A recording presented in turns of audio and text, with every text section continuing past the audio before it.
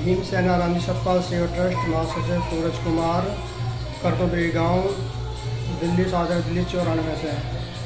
15 अगस्त 1947 को भारत देश का आज़ाद की घोषणा की गई।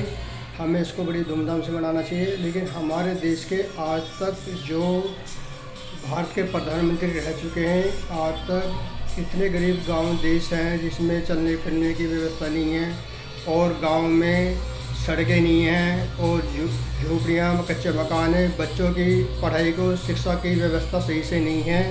और भारत सरकार ने जितने भी देश के प्रधानमंत्री आए हैं, इन्होंने की व्यवस्था ख़राब कर चुके हैं। मेरा मानना है कि बाबा साहब ने जो सबसे बड़ी हमें कलम की ताकत दी है, और हर युवा को अपनी आवाज़ उठाने के लिए हमें आह्वान किया है कि जब जुल्म होते हैं, जुल्म करने वालों से जुल्म सहने वाले ज़्यादा गुनहगार होता है। इसलिए हमको जुल्म नहीं सहने चाहिए। अगर सरकार कोई गलत काम कर रही है और उसको हमारी बात को नहीं मान रही है, तो हमें उसको जड़ से उखाड़ कर फेंक देना चाहिए। तमाम भारत के स्कूलों की व्यवस्था बहुत ही ज़्यादा ख़राब है। कहीं पढ़ाई, कहीं लिखाई, कहीं छत नहीं है, कहीं कुछ नहीं है। कहीं टीचर शोषण करते हैं, कहीं लड़कियों को टीचर छेड़ते हैं। और देश के प्रधानमंत्री हमारे नरेंद्र मोदी जी, वो मैं आपको एक संदेश देना चाहता हूँ कि भारत के जो प्रधानमंत्री बने हैं, भारत के संविधान के दोबारे बने हैं, ना कि मंदिर के दोबारे बने हैं।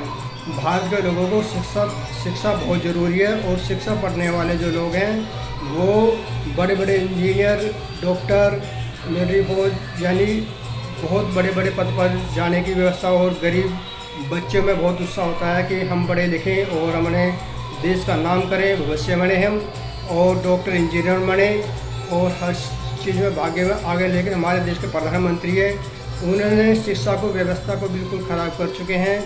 मेरा मानना है कि जितने भी भारत के स्टूडेंट हैं, मैं भारत के स्टूडेंटों से निवेदन करता हूं कि देश का प्रधानमंत्री अगर हमारी आवाज़ को नहीं सुन रहा है, तो हमें अपनी आवाज़ को उठा के बुलंद करनी चाहिए, अपनी मांग को पूरा करवाना चाहिए।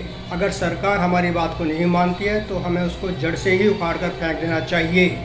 ये भारत के संविधान में है कि भारत के राजा को हमने चुनकर भेजा, प्रधानमंत्री बनाया, ना कि नरेंद्र मोदी जन्म से ही वो राजतंत्र में रहे हैं। भारत के हर युवा ने 18 साल की उम्र से ही भारत के लोगों ने वोट देकर, बच्चे ने वोट देकर भारत का प्रधानमंत्री बनाया, ताकि हमारे देश का भविष्य और हमारा भविष्य मन से है। लेकिन देश के प्रधानमंत्री ने 12 साल के अंदर अर्थव्यवस्था को बिल्कुल ठप कर दिया गया है।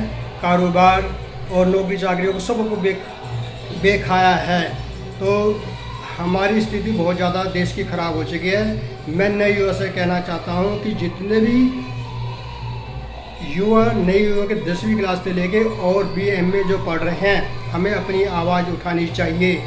और हम अपनी आवाज़ को नहीं उठाएंगे तो हमारे देश के प्रधानमंत्री हमारी आवाज़ को हमेशा के लिए दफन कर देंगे कि ये हमें अपना गुलाम बनाना चाहते हैं, और हमें गुलामी बिल्कुल भी सहन नहीं करनी है। आज तक 80 साल हमारे देश को आज़ाद हुए हो रहे, लेकिन आज तक हम इस देश के गुलाम हैं। हमारे सर पर स्कूल की छत नहीं है, पढ़ाई के लिए टीचर नहीं है, बैठने के लिए मेज टाट नहीं है, पीने के लिए व्यवस्था पानी नहीं है, स्कूल में शौचालय नहीं है, और स्कूल गांव तक, बड़े बड़े देहात तक आज तक स्कूल रास्ते बिल्कुल भी नहीं बन चुके हैं। सरकार बड़े बड़े वादे कर अपने वादे को पूरा नहीं करती है।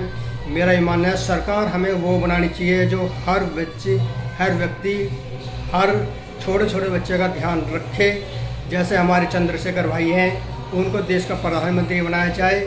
और जैसे कि हमारे तमिलनाडु के विजय थेलापति ने देश के लिए जो काम अच्छा कर रहे हैं, हमें ऐसे प्रधानमंत्री की ज़रूरत है। जैसे हमारे देश की प्रधानमंत्री मायावती बहन जी हैं, और हमें ऐसे व्यक्ति को, लेकिन हमारे लोग, इस देश के लोग नहीं चाहते हैं कि हम देश के प्रधानमंत्री बने और अच्छा काम करें।